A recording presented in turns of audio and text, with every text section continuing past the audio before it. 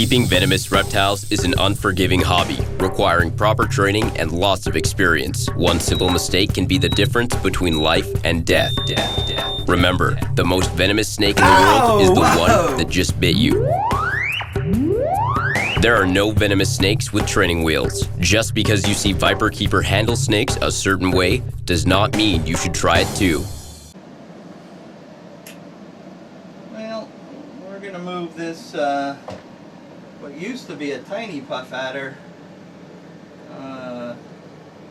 really a large one with a dislodged jaw, to a much larger cage. So we have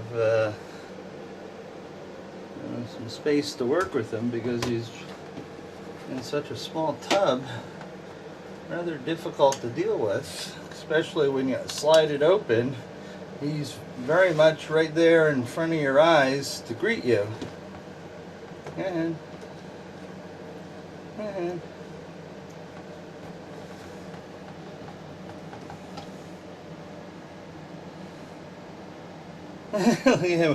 that dislodged lip there is from striking the tub when I opened it up. Come on, fix your mouth, buddy.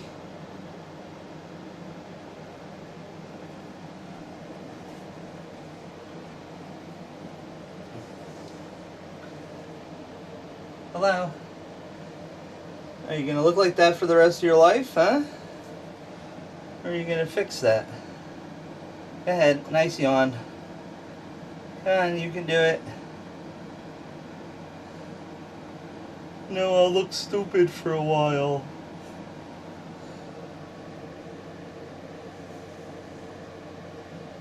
Yeah, you have a little space to be out and about in there.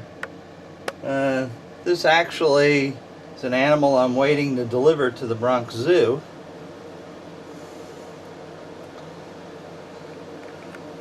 But, you know, with zoos, you have to wait until they open a quarantine space, and that has to mesh with your schedule so you can deliver it. You know, I am not, you know, it's just crazy to put the animal in a bag, put it in a box, take it to the Philadelphia airport, fly it to Atlanta, fly it to New York, have somebody from the zoo meet the plane at cargo and pick up the cargo, and you know, it's just easier just to drive it up there than to do any of that. So we'll eventually get it together. Meanwhile, I haven't been feeding him a whole lot, although he's very hungry, because I don't want him to grow too fast.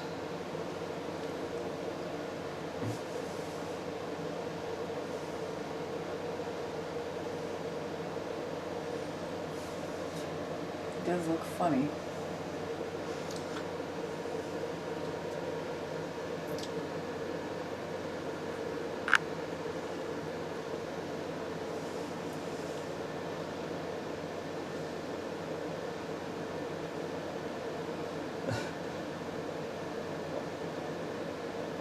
Reminds me of that cartoon you sent me with a Tyrannosaurus Rex. Yes. With his mouth tucked under like that, an underbite.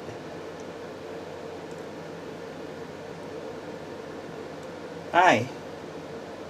Yeah, this gives us a little bit more margin of safety. Gives you a little bit more space. And we get to see him. He's so pretty. Yeah, he's a pretty boy.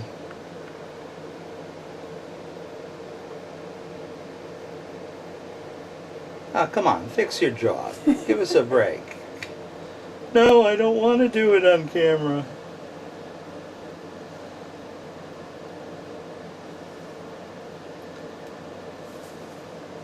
There's all sorts of interesting tastes to work with in there.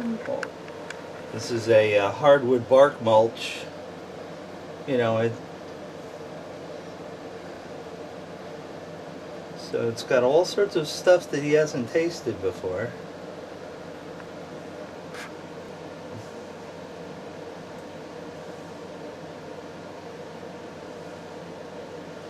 Well, Well, go move around and check it out. Just stay away from the hot heating element there.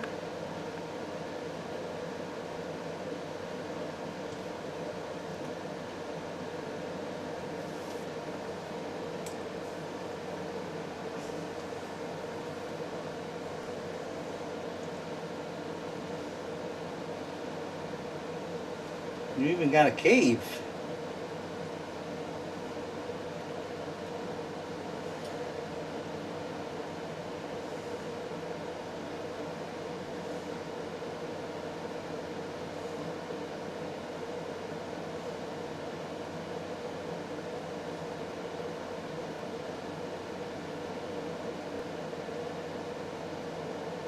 Well, nothing interesting in there. I just refuse to fix my mouth.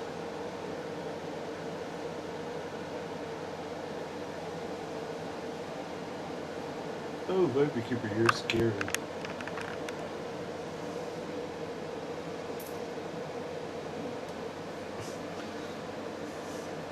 Now, folks, people ask me all the time, what's the difference between, how can you tell male to female is, here's the vent. Males have very long tails. Females have very short and stubby ones. And one thing I've learned is you don't grab a puff adder by the tail because they will try to eat you.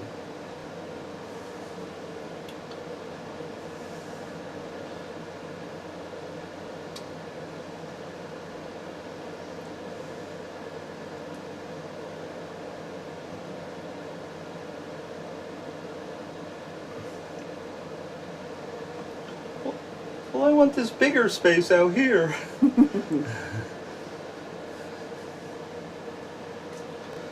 Although it is relatively large, I would not like it roaming the house on its own.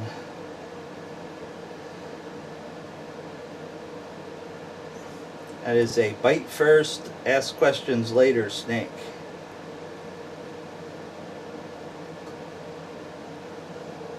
Oh, it was nice and dark in my bin. Oh, I think he just fixed his draw. No. I'm No? still seeing it. No, I just didn't fix it. Well, I wonder what the dip was in the substrate. Okay, there you see Bittis' primary method of locomotion. It's called rectilinear motion. Sort of like the caterpillar or a tank or something like that. They move individual pairs of ribs forward and then bring the ones up behind them. Believe me, puff adders can move quite rapidly by other methods too. This is sort of their slow investigatory locomotion. They can move faster than you can imagine. Even the big ones, you think, it's a big slug. Well, I've seen them fly. yes, slugs can fly. Oh, what is this? You decided, well, oh, maybe I should fix this. I'm getting dirt in my mouth.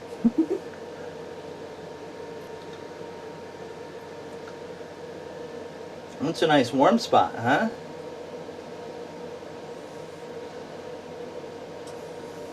Oh, there we go.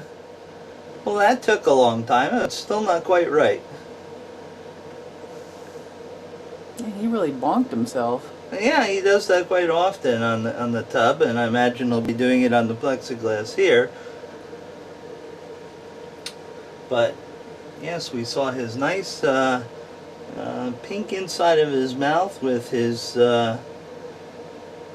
fangs. It looks like he's going to settle. He's settling in. He's found the spot he likes. Says, I just know this is a good rat trail and food will happen by any time. Yep, and that's going to start soon. So one of the things that I do to make them feel at home and settle in is I will feed them as soon as I can, just so they think that, oh well, this is a good hunting spot. You know, I'm not gonna go hungry here.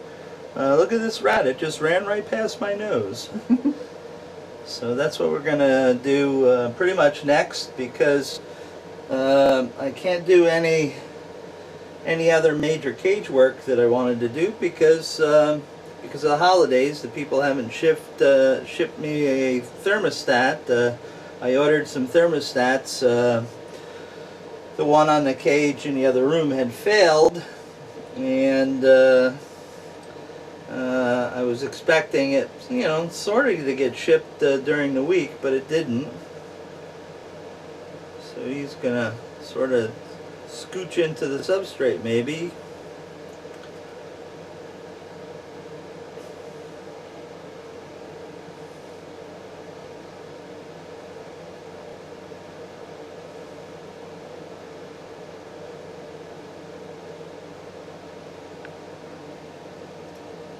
My damn lips curled. There we go. Okay, well, A happy snake. yep, and that's, you know, that's pretty much the warm area.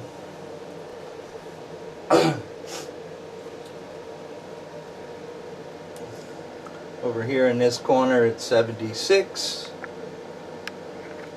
Over near his head is 80. 83 on the sensor. That's certainly, definitely a good puff adder operating temperature. 83. Yeah, I know, huh? Oh, you shedded, you little dude. Huh? Yeah, it's about the same temperature as he had it in his box. About 83. He's very happy now, all curled up there. Yep, he'll be even happier when I provide him something to eat. And his lip is slowly returning to its normal state. And he'll probably even do so once he gets some food in there. Yeah, we're going to carefully shut that. And the last thing we're going to do before we go rustle up some grub for him is put the labels on. I know, you idiot, you twitchy bastard. Just put the label on, and in effect,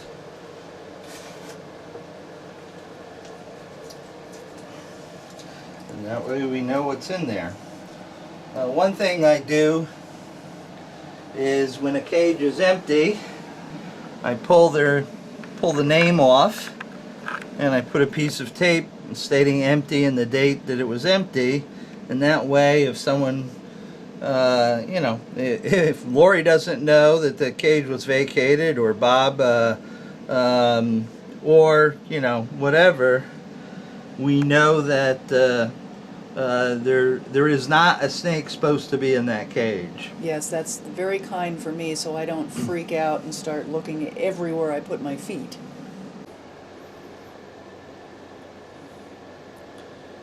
Okay, here he is, all settled in and stuff, and he relocated, didn't you, huh? Did you relocate, huh? You want something to eat?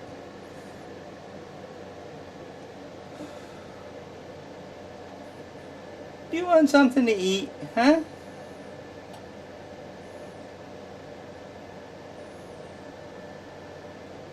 He's usually a strike and release type of character.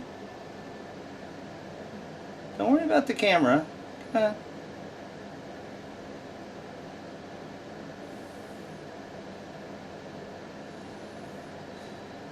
He's weirded out because of the camera, huh? You're not used to being on video, are you? Come on. This is okay. Here, have a nice rat. Come on. Come on, open your trap.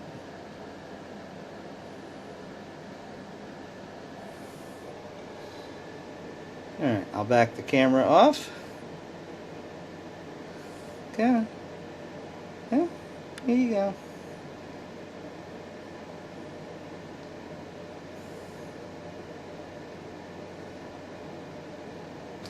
Oh, there you go. There you go. You happy now, huh? Are you happy? Okay. I'm just going to shut the window. And that way you can enjoy your rat in your new home. There you go.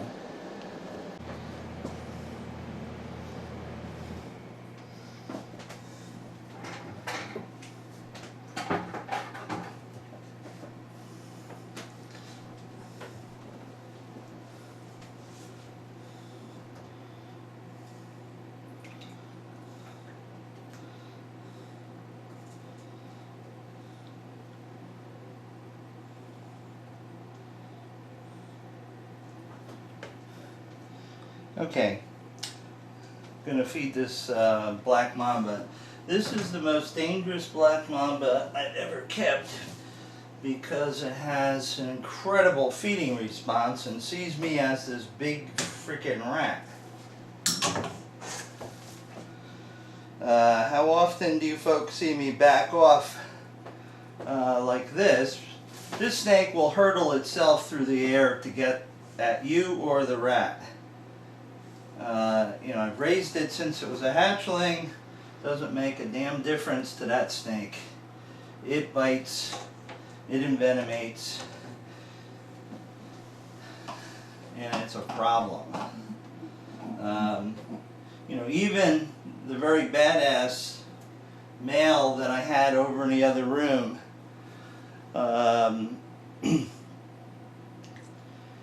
he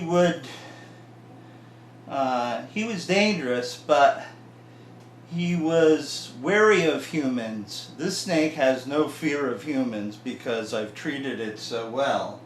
And it sees me as a big rat. That's the only way I can describe it. And launches itself through the air. So, you know, it's not often you see me approach a venomous snake cage with a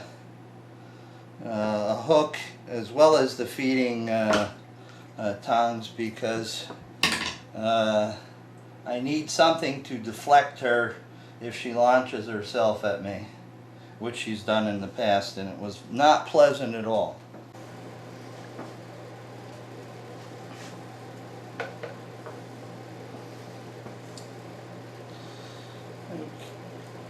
Okay folks, I'm about to feed the most dangerous snake in my entire collection. That is this black mamba here. She has this bad tendency to launch herself at you thinking that you're the prey item and not necessarily the prey. So how often do you see me stand way back over here when working with this girl? As you can see, that was egads. She is much more dangerous than any of the wild caught ones that I've had. No question in my mind. She is extraordinarily badass.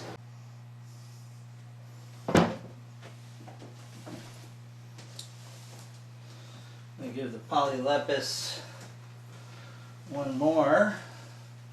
More than enough trouble right now because all this is back there. You got that? See, the problem is she doesn't hold on to what you give her. She drops it and ready to bite again. Okay, Elvis, I'll give this to you. Please be on your best behavior. Come here. Hey, easy. Oh, I can already see that he's not on his best behavior. He's like, how dare you feed somebody else and not me first?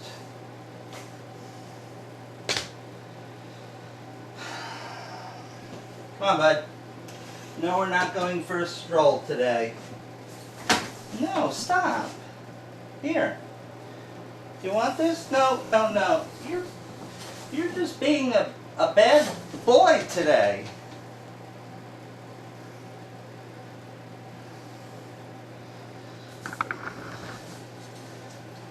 Come on. Here. It's like I'm sticking a gun in his face. Come on, you're going to burn yourself on that lamp. Get down from there. Uh-oh, sneak it up on my foot, huh? Here. Okay. I know, I know. Come here. Come on. Go back in your cage and eat that. That's the best place for you to eat. There you go. No, yeah, you just figured out you're back in your cage, huh? He doesn't necessarily like that.